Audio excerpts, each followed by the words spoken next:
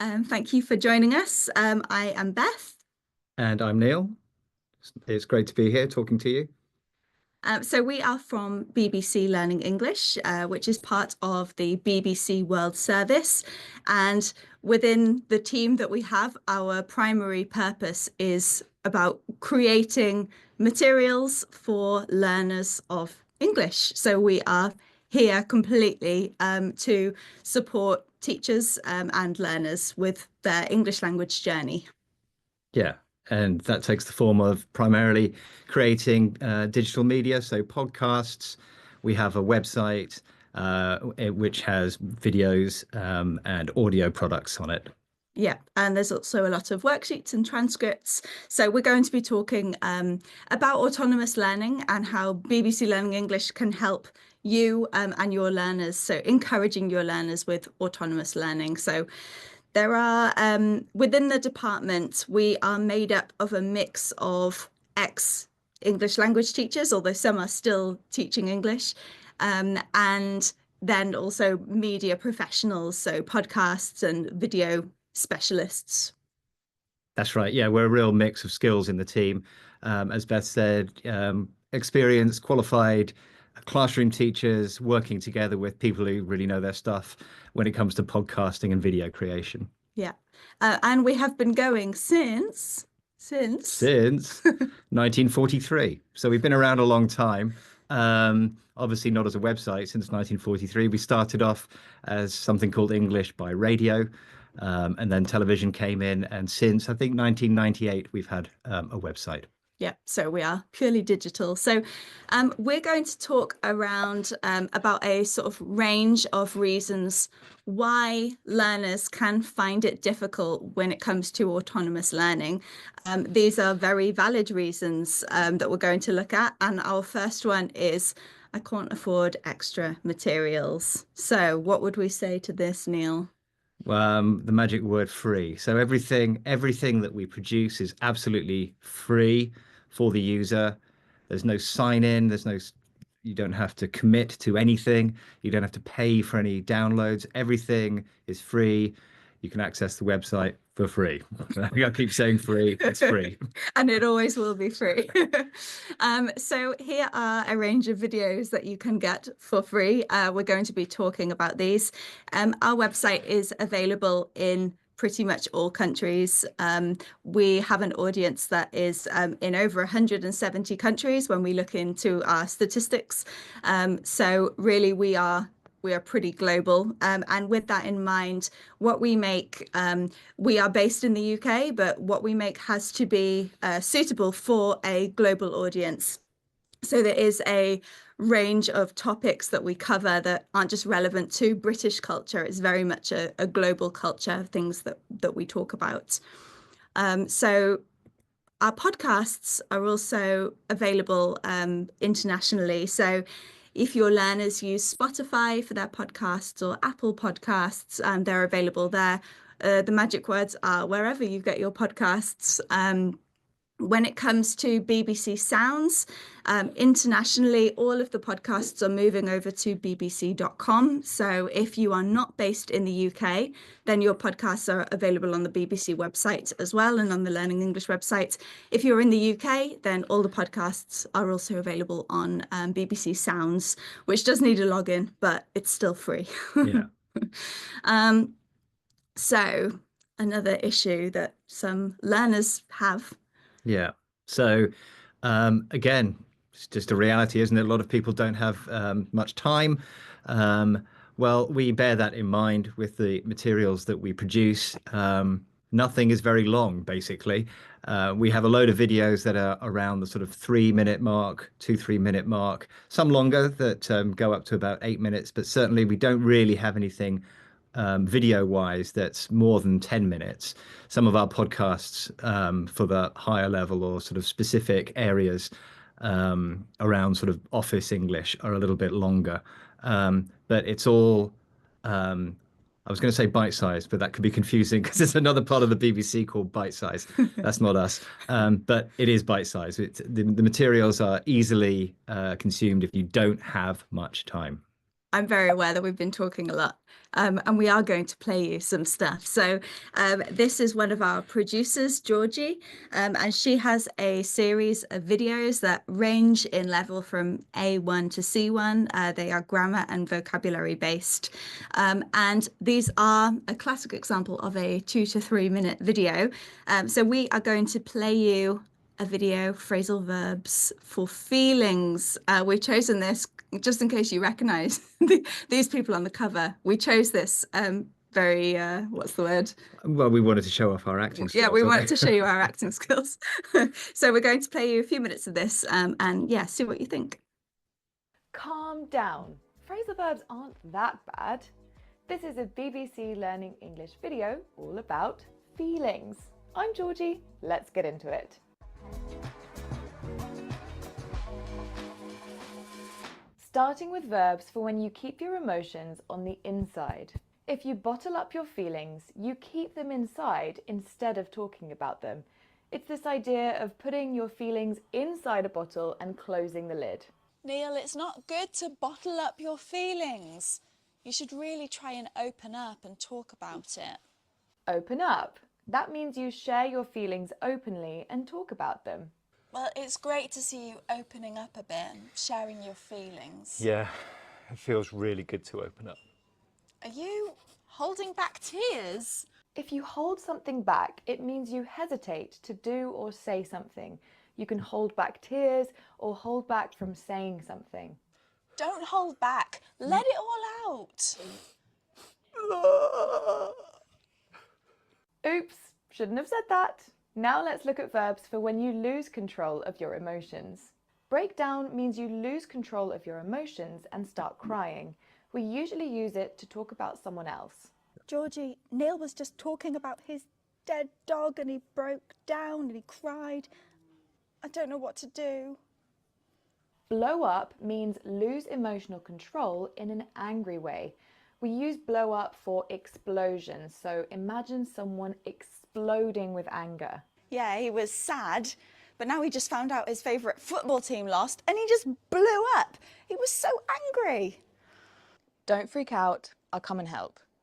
Freak out means lose emotional control, but it's more flexible. You can freak out because of excitement. For example, I freaked out when I saw my favourite pop star on the street. Okay, so we should say that these videos, you get the idea with that. That's a 3 minute long video. So these are made for learners. You can use them in the classroom if you want to, but they are mostly for self-study. And there's quite a lot that comes with this video, for example, isn't there, with a series? Yes. So encouraging autonomous learning, as Beth just said, these materials are designed for learners to take and use on their own, although they are adaptable for the classroom. And if you go to the page, you can see that we have some text support with some definitions and explanation to back up what's in the video. We have downloadable worksheets and often also audio downloads when it's an audio product. So there's a lot for the learner to work with, to be able to learn autonomously with, if they want to do that. But if they just want a quick video while they're doing the washing up or commuting, then you'd hope that someone would have 3 minutes just for a little bit of practice. Yeah, and I think that's the important point, is that we try to create content which people will get something from just from watching it, just from listening a bit. But if they want to invest a little bit more time, there's something there for them and they'll get a lot more out of it. Yeah. Now we're going to move on to podcasts, because the reality is that some people don't have the time to actually sit and watch a video. It's much easier if you're doing something on the go to just put your headphones in and listen. So with our podcasts, again, this is something that you can do autonomously. If you've got 5 minutes, then just listen to a podcast. Now, Real Easy English is one of our most popular podcasts. It is based at an A2 level, and something a bit unique about this is that it is semi-scripted at the beginning, and then it has unscripted conversation. So with a lot of audio that you find at this level, it is scripted, whereas this has false starts, it has interruptions, it has all of those features because it is unscripted. So we're going to play you just a few minutes of an episode of Real Easy English. Hello and welcome to Real Easy English, the podcast where we have real conversations in easy English to help you learn. I'm Beth. And I'm Neil. Go to our website to find a script for this episode to read along with the podcast. bbclearningenglish.com.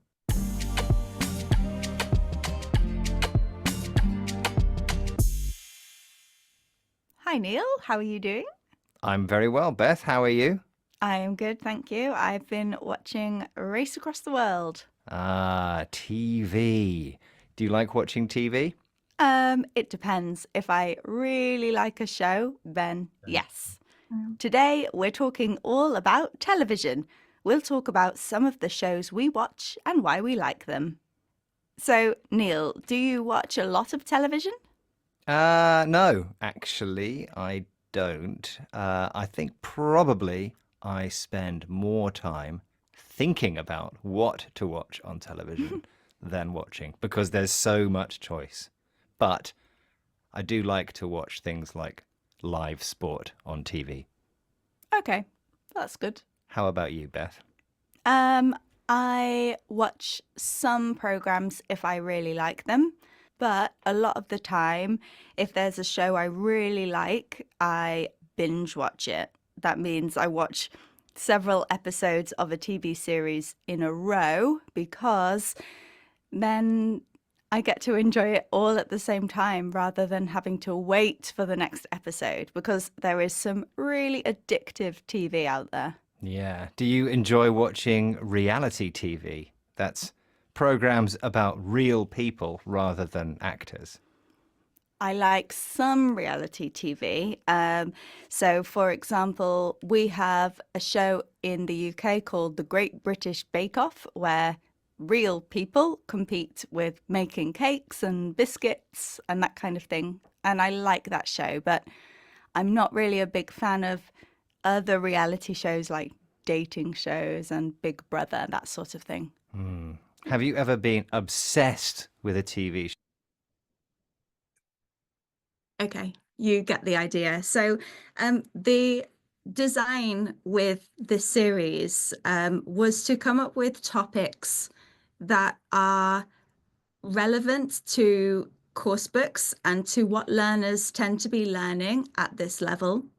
So we've got, tastes, evening, mornings, but there are a very wide variety of these. And like we said, these are on our website, so they can be listened to on here, but they are also available wherever you get your podcasts. So Spotify, Apple, anywhere like that. And I think the appeal with this series is that, as Beth said, these are topics that learners will be familiar with. They will have had lessons and learnt how to talk about these topics. But again, these are unscripted programs or semi-scripted programs. So it gives learners an opportunity to hear real people talking about these things in a controlled manner. So we think that's really useful. And certainly the audience figures suggest that people appreciate that.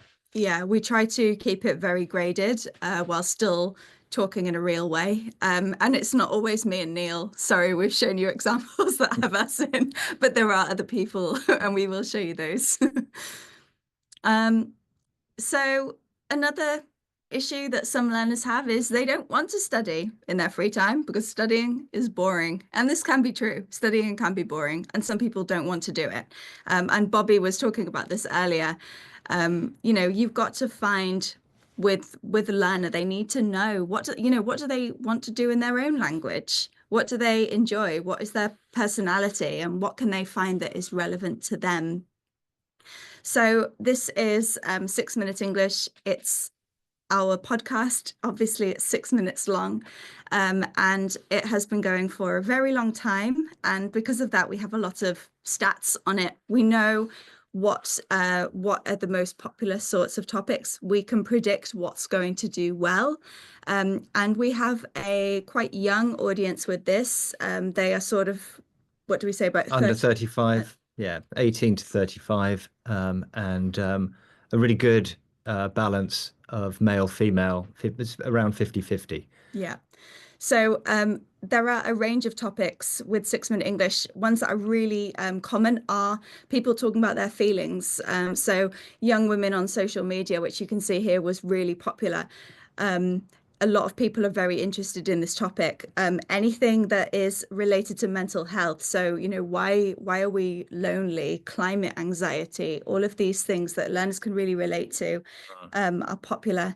And something that is really, we think one of the main reasons why this is popular is because we take extracts from real World Service podcasts. So people that are having unscripted conversation and that are voices that aren't the presenters. Yeah, we're fortunate in that we have access to other programs produced by the BBC, and that's a really fantastic resource for us because we can explain the way that people are talking in real situations. And as Beth said, the range of topics, the really universal ones, I think we can kind of predict them, can't we? People are really interested in food, culture, and we had an absolute winner that we published last Thursday, which was about should we eat less rice? And that has gone crazy. It really has. It's a really, really popular episode. So we're not going to play you any of it because we've got lots of other things that we want to play you. But this is a very popular podcast that we have. Yeah, and just to say that linking back to I don't want to study, it's boring. We try and choose topics that just draw people in, you know, so they don't feel like they're studying. They feel like, and this is one of our aims, is that we want people not to feel that they're joining us for a session of study necessarily, but this is a place for people to enjoy themselves in English. So these are programs where people can just genuinely sit back and enjoy and learn things, and it just happens to be in English. Yeah, the language isn't really the main point. The topic is the main point. And if you learn some language and improve your listening at the same time, then great. And we should say that there are now interactive quizzes with this as well, with 6-Minute English. So to give you an example, learners can do this. It's available on their phone or on a laptop, an iPad, whatever they're using. So yeah, you get the idea. Right, so the other important thing and something else we want to show you is that when it comes to your hobbies, your interests, if you love something like music in your own language, maybe it's not a topic that you talk about loads in class, but if a learner loves music, then we have a program for them. Music is just an example, but we have created this series which sort of blends music, musicians, and British culture. And it's really popular, isn't it? Absolutely, yes. This is a kind of travel show almost, but it, as the title suggests, is called My Song, My Home. There are 5 different episodes, each with a video and a podcast about a musician trying to make it, what they sing about, what their lyrics are about, and how it relates to where they come from. And this is one of the series, Bailey in St Ives, who's very good. Yeah, isn't she? Yeah. So we're going to show you a little bit of this video, but and yeah, we'll play a bit of it, see what you think.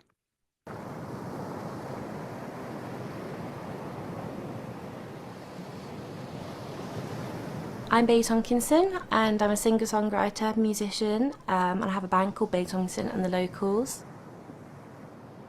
I've been making music since I was about 11 years old and I've been making music professionally since I was about 16 years old. I'm very lucky that I get to do what I love. You put on the rock star station. You brought I grew up in a really rich music scene in St Ives. I was going to open mics from the age of about 11, and I mean, I would go to these songwriters' circles at the Kettle and Wink on like a Friday night after school, where I'd be like the youngest person by like 50 years, but I'd sit in a circle with a bunch of old men, and they'd play James Taylor and Carole King and the Eagles and... Okay, I'm going to pause it there just because I'm conscious of the time. But so the videos kind of accompany the podcast. So with the podcast, it's around 10 minutes long. You hear the song, but you also hear, in this case, Bailey talking about her music, about what her song lyrics mean, what the song is about, and then a bit about her hometown. And any vocabulary that comes up in the podcast is on the webpage, as you can see here, and then also the lyrics. So if your learners want to learn through music and they want to sing along, then they can. So yeah, that's a series that is doing very well for us at the moment. And again, tying to studies boring. These are really, really nice videos, and the podcasts have got the language reinforcement. Yeah. And they also come with worksheets, just in case if you wanted to use it in class or you wanted to assign it in class and give a worksheet for homework or something like that. There is listening practice, comprehension practice, and vocabulary there. And all our worksheets come with answers because learners can do them on their own. They don't need a teacher. So again, you can recommend it and they can have that extra support if they want it. And it's not all fun and games, or maybe if you really enjoyed the news, maybe it's fun and games. But we also have a topical podcast. Learning English from the news is something that we produce every week. We find a story on a Tuesday, and by Wednesday lunchtime, we have recorded and put out this podcast on a big news story of the week. Yeah, and as you can see there in the top left, that happened less than 24 hours ago, I believe. They splashed down. So yeah, Wednesday's a really exciting day for us because we come in and we turn something around really quickly. And then, as teachers, you've got something that's really topical, but also for learners, they can see, oh, hang on a minute, this is relevant to what I'm doing at the moment, what's going on in the world. Yeah. So with this podcast, we do quite a lot of discussion around the story, really simplifying it. And we found with a lot of feedback that we get from learners that they say they have not only learnt vocabulary, but they've also learnt about this news topic. It might be something that they weren't aware of, and then they become aware of it whilst also learning vocab. And the vocabulary that we focus on is from headlines. So we talk a lot about literal and metaphorical meaning, about everyday speech, formality, all that sort of stuff. Yes, we have a podcast series aimed, as it says, English for Work. This is for B1 and above. The one on the top right there, Office English, has been proving very popular. These are discussions around various tasks and difficult scenarios that we would imagine somebody working or having to deal with English in an office environment would come across. How do you write an email? What's the correct way to start or sign off? What about the levels of formality? Yeah, I think with this, we put this in the sort of boring category reason for maybe not not wanting to learn autonomously because it's boring. But actually, sometimes the reality is that if you're looking for a job or you're in a job where you need to speak English, it might be a bit boring, but actually you really need it. So we have found with this podcast that these podcasts aren't boring. They are real people having quite interesting discussions about how to use English in the workplace. So we are going to play you a minute or so of this, and then we will move on to some more exciting stuff. But this is exciting too, I don't mean that. Emails. Often, because I think in an email, it's to address emails, some useful email phrases, and how to sign off, depending on who you're sending the email to. Okay, so first off, the email greeting. What phrases are we looking at here, Pippa? Okay, so the first phrase we could use to start an email would be to say, "Dear Phil." What do you think about that? I do use dear sometimes. It's not the one I use most, but I do use it, and I'll tell you when I use it. I use it when I'm writing an email to someone I've not written to before, or someone who I'm a little bit scared of, or maybe someone who's very important, or they're just very serious. Or if someone wrote to me and they used dear, I'd look at what they've said and sort of mirror it. I'd do the same back. So I do use dear, but it's not the one I use most often because I think in an email it sounds a bit formal. Yes, I agree. There's nothing wrong with saying "Dear Phil." Nobody would think that that was bad English. I use it sometimes if I had to write an email on behalf of a company. So, a more formal email that's not from me, but from the company that I represent. Okay, I'm going to pause it there just because we're conscious of time, but it's a really nice episode. It's 12 minutes long, but go back and have a listen later. Should we look through some of the topics? Have we got time for that? Yeah, why not? In this series. So we've got, a range of topics. For example, selling yourself, negotiating, dealing with conflict, delivering bad news, how to deal with work events, what happens when there's a mistake. So you can see these are all things that happen in office environments and are a challenge communication-wise, especially if you're a non-native speaker. And you heard the format there. It's two people discussing what you hear, what you don't hear, what sounds a bit odd, what sounds a bit, sounds appropriate. Yeah, definitely. I forgot what I was going to say about it. I was going to add something to that, but I can't remember what it was. I was going to say we're making a season 2 of this, so there will be more episodes out there, but there are around 10 episodes there already. We have a very similar series on job applications, so that goes into like CVs or resumes, cover letters, interviews, your first day, all of that sort of stuff as well. And we have a jargon series, which has a lot of idiomatic language. When you're in an office or really in any sort of work environment, there's a lot of interesting language there. So that jargon series is all about that. Yeah. So here's another scenario or another thing we might hear from learners. I want more than passive listening. I don't know if anyone actually says this, but this this is meant to sort of embody the learner that wants more than just listening. So sometimes you might have a student who is really keen, but they don't just want to listen to a podcast. They want to do sort of extra things.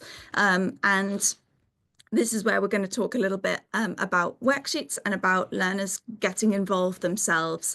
So the Pronunciation Lounge is one of our newest video series. There are 8 episodes and it's a range of relevant pronunciation issues that people have. And these videos are made in 3 stages. So each episode has a hear, a recognize, and a produce section. So that here is all about actually hearing the sounds in the first place, because sometimes it might be that they're listening and they still can't hear the sound.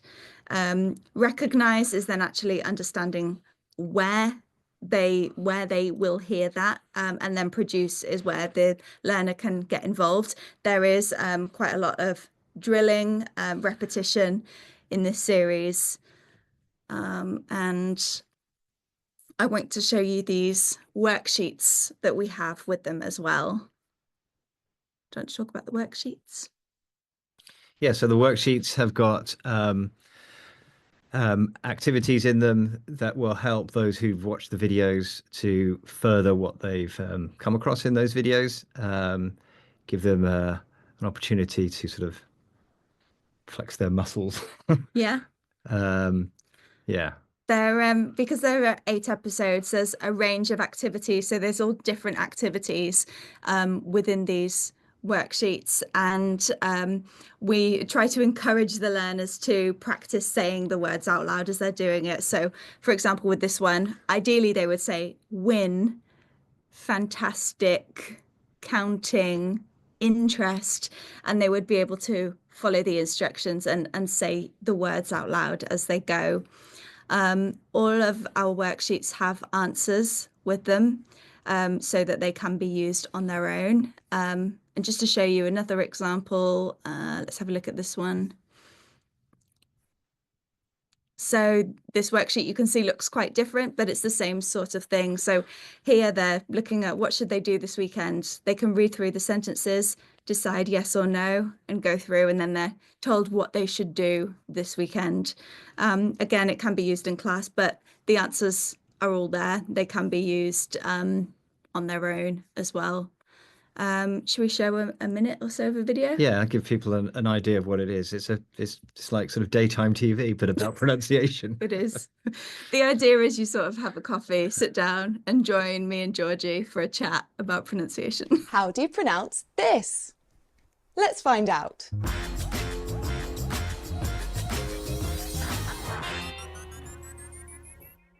Hello, this is the Pronunciation Lounge, the place where we teach you everything you need to know about pronunciation in 3 steps. Hear, recognise and produce natural pronunciation when speaking English. Hi Beth. Hi Georgie. What is our topic today? Well Beth, we're gonna practice gonna. Gonna is used all the time to talk about the future, so it's important to pronounce it clearly. And there are some similar words to gonna that we'll talk about too. Yes, and we also have our bonus tip, which today is a common mistake that people make with gonna. But as always, we will tell you that later, so make sure you watch to the end to find out what it is. Okay, let's start with step 1, hearing.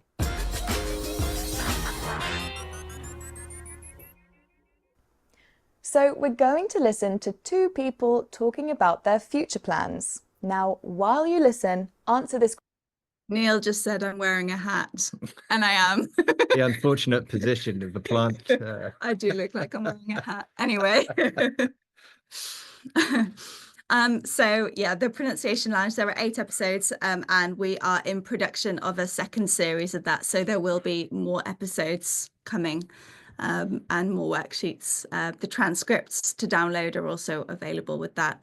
And then there's a series that your learners can get involved in. So again, if your learners are saying, I want more than passive listening, maybe they want to be in a program. Yeah. So we put out a call on our channels for people who've got questions. We spoke to people when we went on a tour of the UK last summer, and it was well, we can show, can't we? We can. People have questions and we answer them. Bubbles pop, balloons pop. But do you know how to use pop in informal English? That's what Zhao wants to know. Some people asking me about pop in and pop out. What does it mean? Okay, that was Zhao's question, but we want to hear from you. So send us your questions to our email address. Now, on with uses of pop. Okay, so in informal English, pop just means go somewhere for a short time. So you can pop to a place. I'm just going to pop to the hairdressers. I'm back. Don't ask. You could also use pop with the preposition out. And this means you go out of the place you're in for a short amount of time. I'm just going to pop out and take this call. We often use it to talk about leaving home for a short time. I'm just going to pop. So again, as you can see, this is a short video. It's only 3 minutes long, and there are some top tips on the page for it as well. And this is also in production of a second series at the moment. So there are a range of questions here. It can be functional, it can be grammar, it can be whatever people have. The translating one was really popular. So that whatever questions your learners have, if they have a question and they want it answered, if they want their face or their name to appear on a program, they can. Yeah. Okay. Can't stick to a routine. Well, BBC Learning English is perfect then, isn't it? Because we have entire series such as the London to Edinburgh Challenge, which people can consume as and when they feel like it. But I think once they've seen episode 1 of this, they're going to binge, aren't they? They are. So the whole point of this series, there are 10 episodes, and it is a narrative. It goes from the beginning of a race, a challenge, to the end of a challenge where there is a winner crowned. And these episodes have a cliffhanger at the end of every episode. We wanted to create it a bit like that Netflix binge feeling where you want to watch the next episode. So this is a series for elementary level learners, and we have a teacher's video. So I'm going to play you that because it just gives you a general overview of what the series is like. Here's a great BBC series for learners with an A1 level of English, the London to Edinburgh Challenge. It follows Bob, Fran and Paula as they race from BBC Broadcasting House in London, across the UK, all the way to Edinburgh Castle. And hopefully they won't have any problems along the way. All language is graded with elementary learners in mind. So the train is expensive and cycling is cheap. And the target language for each episode can be mapped to the CEFR at A1. Target language is repeated throughout each episode and is reviewed at the end in a language recap.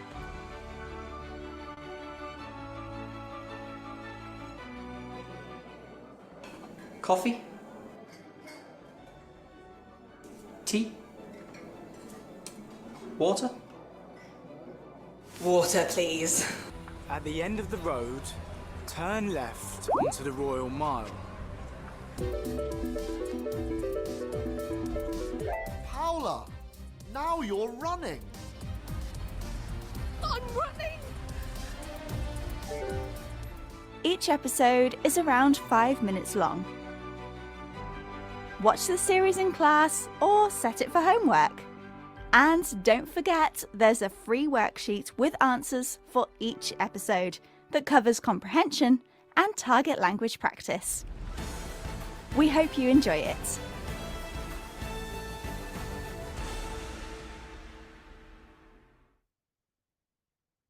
And I should say that the second series of this, which will be for A2 learners, is also in production at the moment. Yeah. Anything you want to say about it? So I was gonna say, get bonus points if you can tell us what inspired this program. Although we'll check your answers when we do the questions. So I notice there's a lot of questions coming in, but we will have a look at those afterwards. But yeah, if you can guess what show inspired this, then bonus points to you. Now, the other thing, if you can't stick to a routine, then your learners don't need to worry, because every week we send out a newsletter.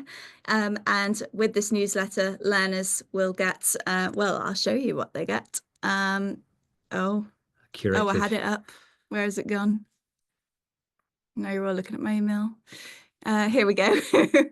So here is an example. This is the newsletter that went out to learners today. This was written by Georgie. So there's a quiz question of the week every week in it. This one was about, or is about British culture.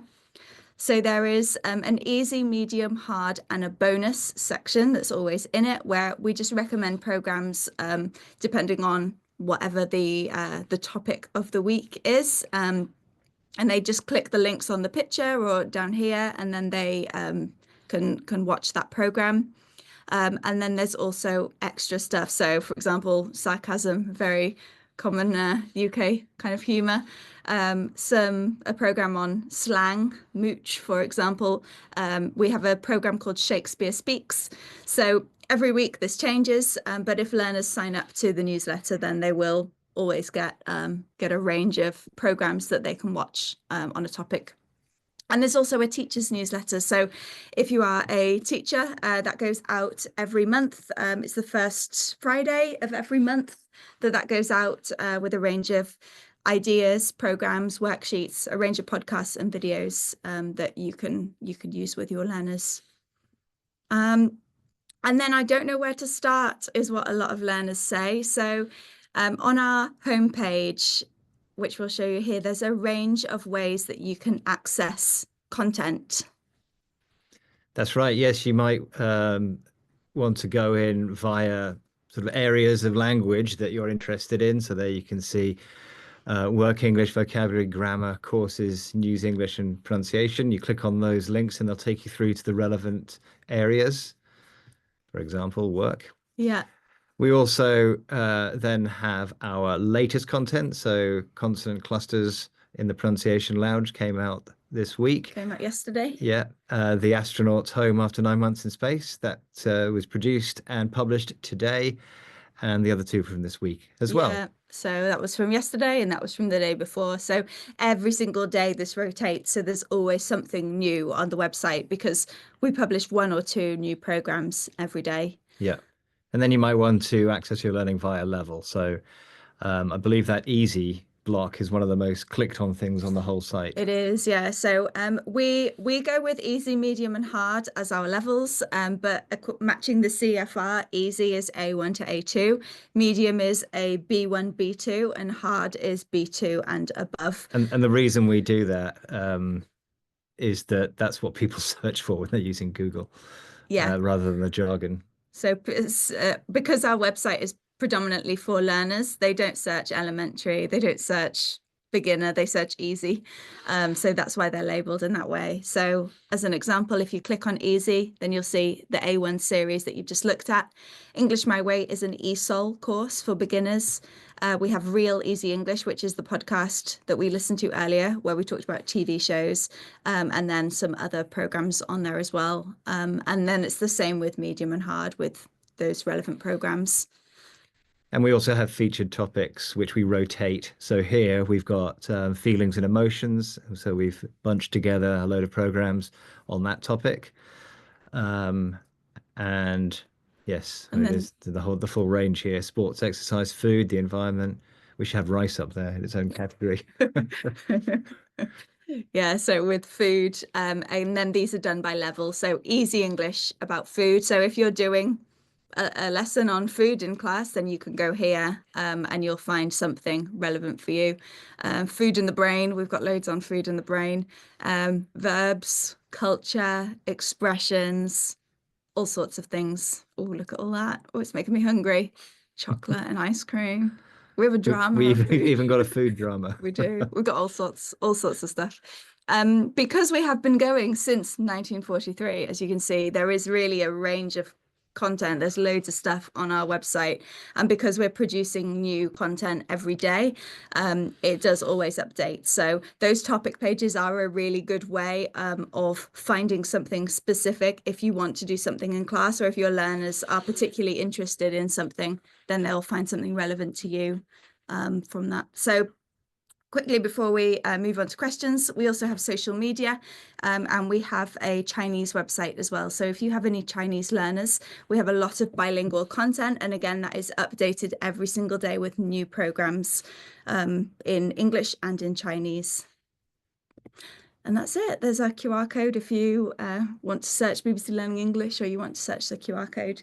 But hopefully from that, you have got a range of things that you might like to use yourself or share with learners. And Lizzie's back. We've had presenters who prefer participants to have their videos off, so thank you both. As you'll see, if you have the chance to look at the chat, lots and lots of positive feedback. Everybody's saying how useful the resources are, and so thank you ever so much. It's very nice to see you both in action. Does anyone have any questions? I'm aware that people can't unmute themselves. I'm sorry about that. I don't know what's happened to the settings. But if you raise your hand, then I can unmute you, or you can pop your questions in the chat.